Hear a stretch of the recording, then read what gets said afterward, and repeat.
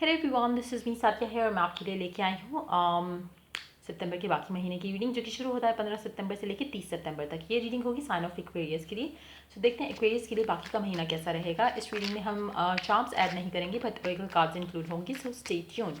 Card shuffle करते हुए remind करवाऊंगी कि ये एक जनरल रीडिंग है, सबके साथ मैच कर भी सकती है और नहीं भी। सो जो मैसेजेस, जो बातें, जो चीज़ें आपकी लाइफ में आपकी सिचुएशन से मैच होती हैं, आप उन मैसेजेस को पिक करो और बाकी सबको छोड़ दो। अगर आप पर्सनल रीडिंग चाहते हो पेपॉल से या इजी पैसे से पेमेंट कर सकते हो, सिर्फ तभी मुझे रीच आउट करो।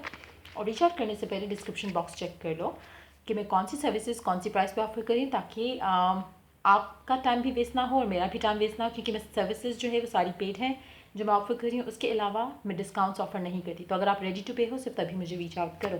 उसके अलावा अगर आप चाहो तो मुझे इंस्टाग्राम पर फॉलो कर सकते हो, वहाँ पे मैं डेली रीडिंग्स अपलोड करती हूँ जो कि इंग्लिश में होती हैं। अगर आप इंग्लिश अंडरस्टैंड करते हो और आप चाहते हो कि आप डेली एनर्जीज चेक करो, तो आप मुझे वहाँ पे फॉलो कर सकते हो। लिंक जो है वो डिस्क्रिप्शन बॉक्स में गिवन है। उसके अलावा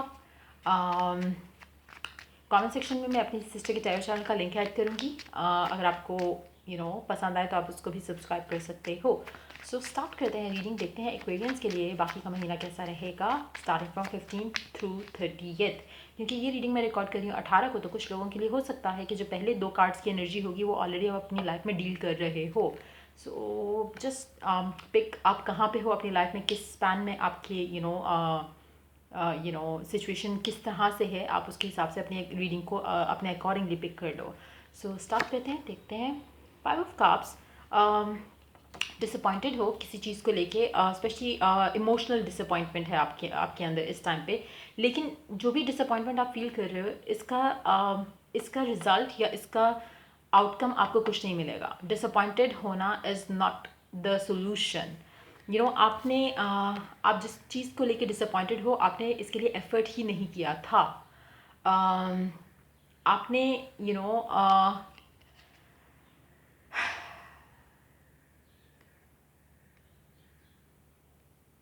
it's like trying over spilled milk, जहाँ पे आप चीज़ों को बेहतर कर सकते थे लेकिन आपने किया नहीं, चीज़ों को वर्कआउट कर सकते थे लेकिन आपने किया नहीं। आपके एंड से कुछ ऐसा है जो आप मिस आउट कर रहे हो, जो आप नहीं कर रहे, जिसका रिजल्ट ये डिसअपॉइंटमेंट है। और ये खुद से डिसअपॉइंटमेंट है, आप किसी और से डिसअपॉइंटेड नहीं हो राइट नाउ। ये आपकी खुद से एक डिसअपॉइंटमेंट है, जो कि आपको आपकी फेलियर्स जो हुए हैं अब तक, उनके बारे में आप सोच के डिसअपॉइंटेड हो खुद से। आपको लग रहा है कि you can never be successful in anything, चाहे वो लव लाइफ की चीज़ें हैं या काम के मामलात हैं। आपको एक बिलीफ बन गया है कि कभी भी आप सक्सेसफुल नहीं होगे, और डिसअपॉइंटेड हो आप खुद से। लेकिन इसमें से कैसे निकलना है, इसमें से किस तरह से आप चीज़ों को वर्कआउट कर सकते हो आपके फेवर में, या आप कैसे चीज़ों को इस तरफ लेके आ सकते हो जहाँ पे आपका ये माइंडसेट चेंज हो जाए कि आप तो अनलकी हो, आप तो हमेशा आपके साथ हमेशा बुरा होता है, या उस तरह की चीज़ें। आप प्रोडक्टिव थिंकिंग की तरफ नहीं जा रहे हो। आप स्पेशली जो स्टार्ट के कुछ दिन होंगे, मे बी 20 तारीख तक का जो टाइम होगा, वो आपके लिए ऐसा ही रहेगा, जिसमें आप इस एनर्जी में होगे जहाँ पे आप बुरा फील कर रहे होगे अपने लिए, अपनी लाइफ के फेलियर्स के लिए आप बुरा फील कर रहे होगे। आपको लगेगा कि आपका जो भी डिसीजन हुआ वो गलत रहा। आपका जो भी चाहे वो लव लाइफ का हो, चाहे वो काम का हो, आप हमेशा एट द एंड आपके लिए बुरा ही हुआ। ये माइंडसेट आपका है जब आप ये बाकी का महीना शुरू कर रहे हो, जिसको आपने बदलना है। कोई और आपके लिए आके नहीं बदलेगा। किसी और में कुछ लोगों के लिए हो सकता है कि आप इतना नेगेटिव सोचना शुरू कर दो कि आपको लगे कि कहीं किसी ने कुछ किया तो नहीं हुआ, जादू या कुछ इस तरह से। कुछ भी नहीं है। It's more of your inner thoughts, like आपके माइंड में जो चल रहा है, फजूल चीज़ें जो आप ज़्यादा सोचते हो, उसका रिजल्ट है कि चीज़ें आपके लिए वर्कआउट नहीं कर रही। जैसे ही आप अपने माइंडसेट को थोड़ा चेंज करोगे, प्रोडक्टिव वे में सोचना शुरू करोगे, आपको खुद ही रास्ते दिखना शुरू हो जाएंगे। 4 ऑफ कप्स, राइट नाउ आप क्योंकि इतने सैड हो, आपको अपॉर्चुनिटीज़ दिख ही नहीं रही हैं, चाहे वो लव लाइफ के मामले में हो, चाहे वो काम के मामले हो। जैसे ही अपना फोकस चेंज करोगे, आपको सारी अपॉर्चुनिटीज़ नज़र आना शुरू हो जाएंगी। अभी क्योंकि आप कुछ लोग हो सकता है अपने आप को आइसोलेट करके बैठे हों क्योंकि आपको बुरा फील हो रहा है, लेकिन जैसे ही आप उस चीज़ में से निकलोगे, आपको लगेगा कि लाइफ, देखो, किसी के जाने से या किसी के ना होने से आपकी लाइफ कभी भी नहीं रुकती, आपकी लाइफ मूव्स ऑन।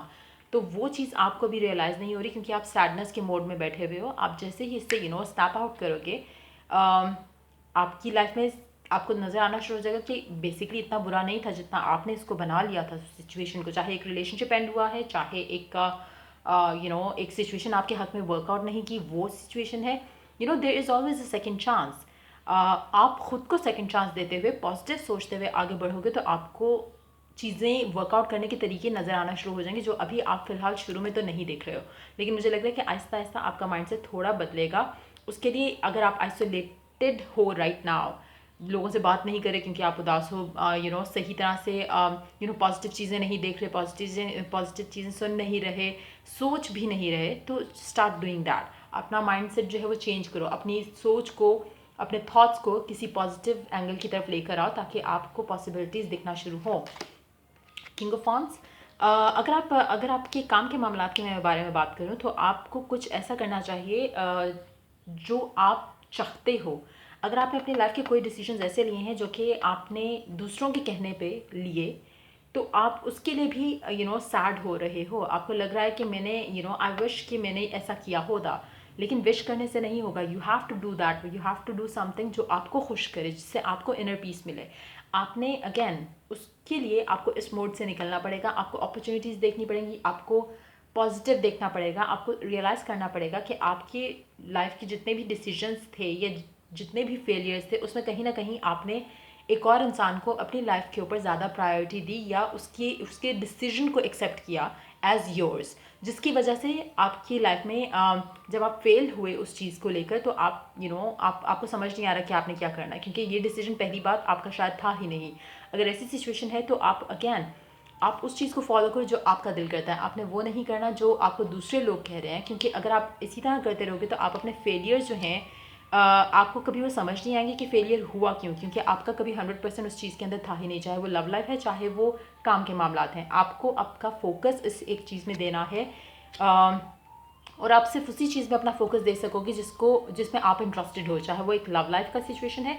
सपोज अगर आपने किसी ऐसे इंसान से शादी की जिसमें आपके पेरेंट्स चाहते थे कि आप उससे शादी करो, आई थिंक कि आपने शादी अगर कर भी ली तो कहीं ना कहीं आप उसमें अपना 100% नहीं दे सके, कहीं ना कहीं आपकी अपनी गलती आ गई बीच में, आप उसमें खुश नहीं थे शुरू से ही और आपने उसके अंदर अपना 100% नहीं दिया, जिसकी वजह से और बुरी चीज़ें होती रही या और बुरे हालात क्रिएट होते रहे उस कनेक्शन को लेकर। तो आपने कभी उसके अंदर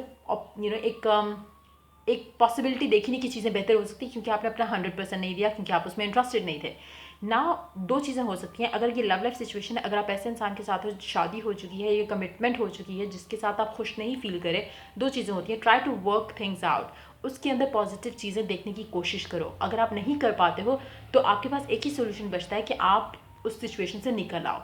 अगर ये भी नहीं आप कर सकते तो यू हैव टू टेक, वही मैंने कहा ना कि आप सैड हो रहे हो, अपसेट हो रहे हो, लेकिन you are not taking the right action towards जो आपको इस चीज़ से निकाले। तो थिंक प्रोडक्टिवली, इस तरह से सैड रहने से कुछ नहीं होगा। आपको अगर ये रिलेशनशिप अगर आप चाहते हो कि आप इसको बेहतर कर सको तो गिव योर 100%, जो कि आप नहीं दे रहे। आप अभी